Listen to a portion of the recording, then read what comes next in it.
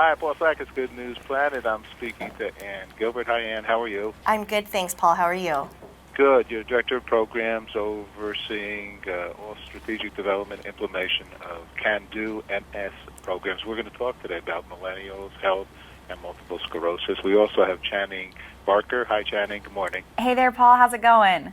All right, good. You were diagnosed with MS in April of 2006, so you've been living with it, and I'm sure, and I know proactively. And thank you both for speaking with us and helping.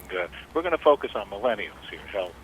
And maybe Channing, how do millennials, age people with MS, approach healthcare differently than in previous generations? Well, Paul, thanks so much for having us today. I know Ann and I are really happy to be with you.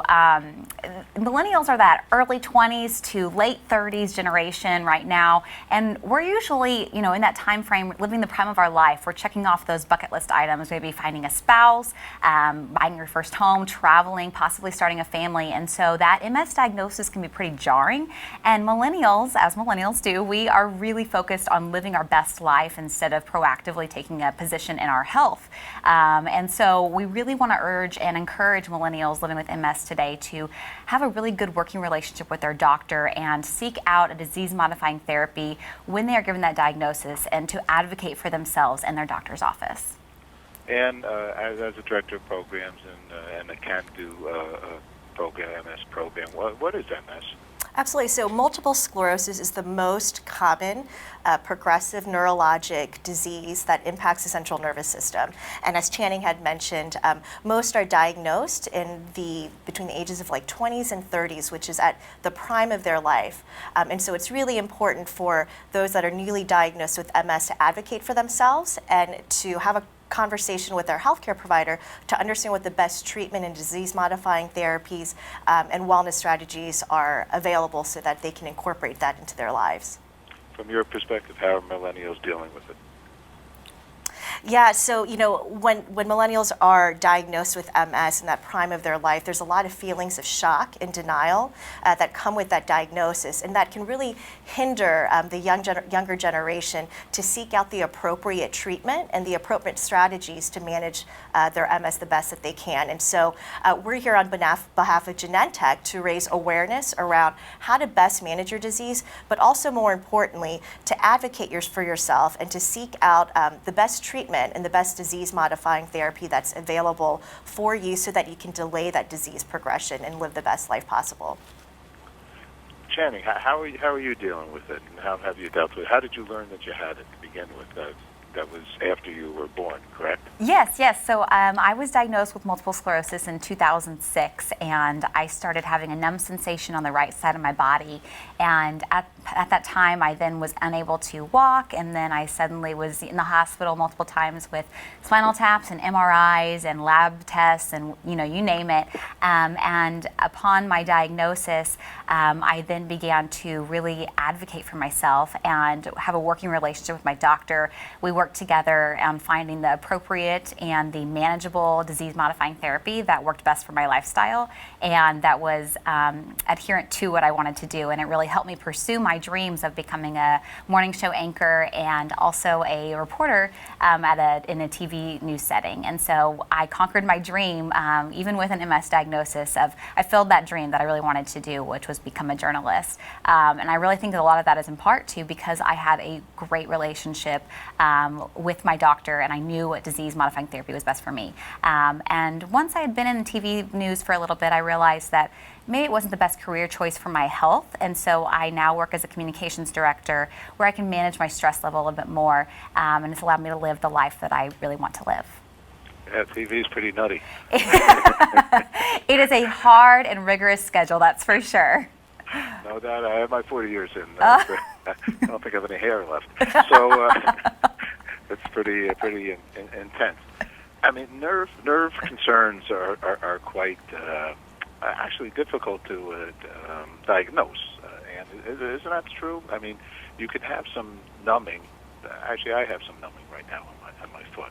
And Sure. we're going through some numbing, trying decisions on what's going to be here, okay, with the podiatrist, Sure. with a neurologist. And at this point, we can't really figure out what's the story, whether it's pinched nerves, I've done MRIs and other kinds of things. I mean, how has science moved forward? I mean, I know with all what I'm going through right now on my foot, science has really progressed immensely. Have you been doing this for a while, and have you seen great strides happen? Absolutely, yes. And with MS, there comes a multitude of different symptoms that can impact you and impact your health.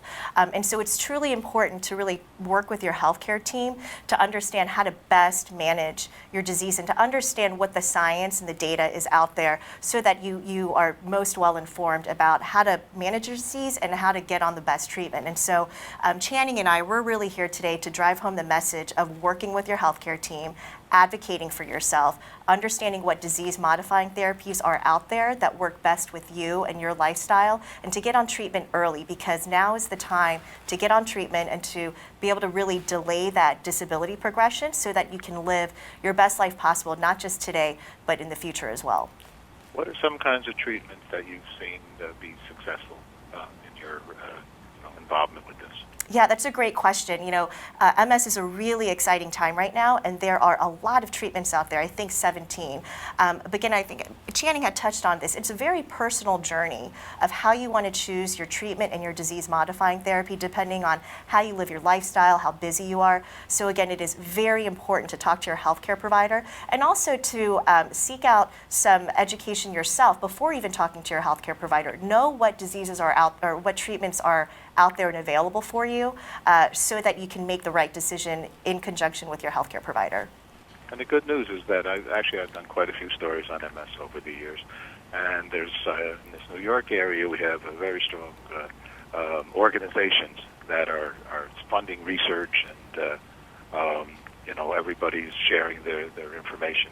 It's really doing well, and so I applaud both of you for coming out and speaking some more about your millennial scenario here. Let me ask you both just one last question, and thank you very much for sharing with us today. We're involved with, and I've learned also, we talked about stress and television, how stress can be affected. So we're involved with World Peace and the International Day of Peace and Inner Peace, so on. And I've asked a lot of people, what does peace mean to them? Maybe if you wouldn't mind, maybe each of you sharing, what does peace mean to you? Maybe Ann, you could start first. Sure. I think being peaceful is being happy, right? And so I think just being happy, and regardless of what situation is thrown at you, of just living your best life possible. And so with multiple sclerosis, that happy, peaceful life is possible, and you can take control and be proactive and really work with your healthcare team to be able to live that happy, peaceful life in the best way possible. Great, thank you. Channing?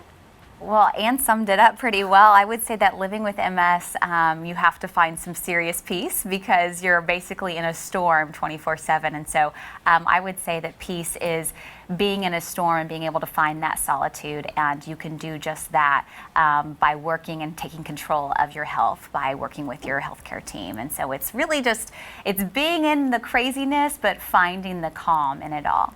And I would also highly recommend for those who are newly diagnosed with MS to seek out some resources, and you can do that by going to CanDo MS's website at cando-ms.org.